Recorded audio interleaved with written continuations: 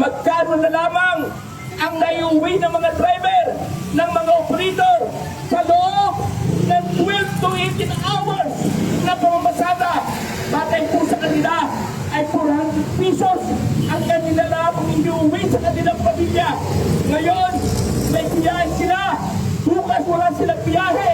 Pagkakasyahin nila ang halagang 400 pesos para sa pangangailangan ng kanilang pamilya.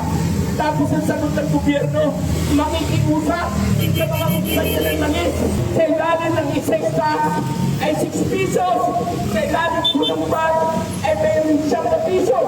50 pesos per liter ang nawawala po sa amin na napupunta sa buwis sa gobyerno, na napupunta sa malalang korupsyon. Ang sagot ng mga driver at ng mamamayan ay protesta, pambansang protesta na may kaakibat na wilga ng mga sektor ng transportasyon.